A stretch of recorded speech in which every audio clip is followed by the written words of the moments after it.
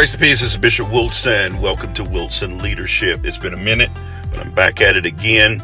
Today, I want to talk to you about the 3 pillars of effective leadership: the calling, the conviction, and the credibility.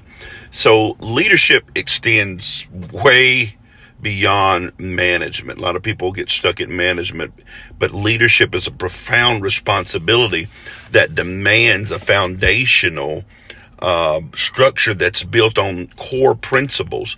And whether you're in business, whether you're in a church community groups, nonprofit, the setting doesn't change. The calling, the conviction, and the credibility are essential for any leader that's aiming to inspire and to be able to affect change. So when we talk about the calling, the heart of leadership, that's what the calling is. A leader's calling is that inner voice, that driving motivation that leads them to serve others. It's about recognizing the unique role that they have and embracing the responsibility that comes with that. You've got to be willing to embrace that responsibility. Then you've got to get to that place to where you want to identify your calling. And that calls for self-assessment, reflecting on what motivates you and where you can make the most impact. You just don't want to be doing something.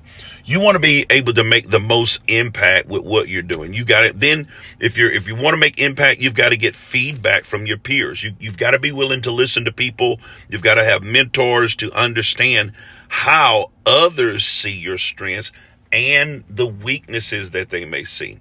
Number 3 is alignment. Consider how your personal goals are in alignment with the needs of the organization or the community or the church that you're leading in. Leadership is something where it's got to be clear. You've got to be clear about your calling, and more focus and resilience comes out of that. Especially with the team, you begin to give that same resilience to the team, and it challenges them to find a sense of purpose. The next one is conviction. Conviction is the strength of leadership. Conviction refers to a leader's firm belief in their values and the decisions that they're making. It's the moral compass. We in leadership, we call it our true north. That moral compass. No matter what's coming at us, we keep the true north, knowing what is first and foremost. And it's that compass that guides us and assures us. And then we build consistency and integrity in our actions and in our decisions. So how do you develop strong convictions? Number 1, you got to have your core values. You got to define what your values are, your non-negotiables for you, for your team, for your life, for your family. Number 2, education. You've got to continuously get new knowledge and understanding to reinforce the beliefs that you say you have. Number 3, ethical practice. Ethical practice. You got to apply those values that you say you have, those non-negotiables. I will not do this. That's what a non-negotiable is. You've got to apply your values consistently in all your decisions and all your actions. So a leader, when it comes down to leadership, a leader with strong conviction provides stability and a reliable framework for the team that you're working with. And it fosters trust and respect. That's where the trust and respect comes in. My next one was credibility.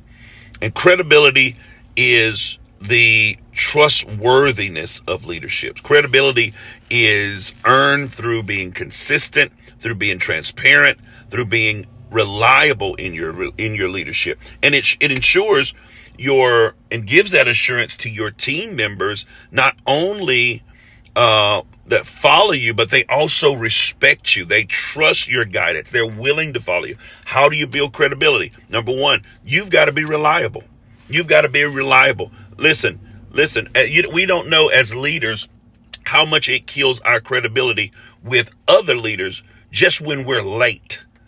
My bishop used to call lateness, silent rebellion.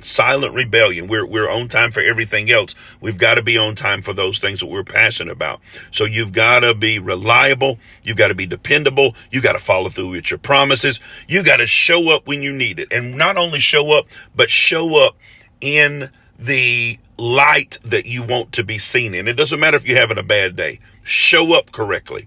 Number 2 is transparency. And that is when we're communicating openly with our team and those that are around us about our successes and about our failures. Stop trying to make people believe that you are something that you're not. Trying to make people believe that you have knowledge that you do not have, because someone in the room may have the knowledge that you claim, and now they're looking at you cross-eyed because they realize that you really don't know what you say you know. Number 3, accountability. Hold yourself to a high standard, and be open for feedback. See, credibility is critical for long team leadership success, and it ensures that your team feels secure in you guiding them and making decisions.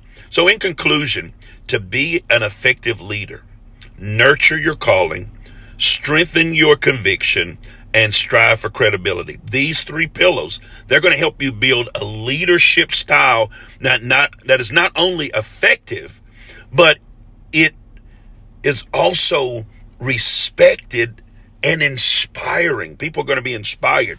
See, leadership is about more than guiding others. It's about being a beacon of trust, inspiration, and unwavering dedication to the principles and the values that you say you hold. Embracing these elements, it's going to maximize your leadership.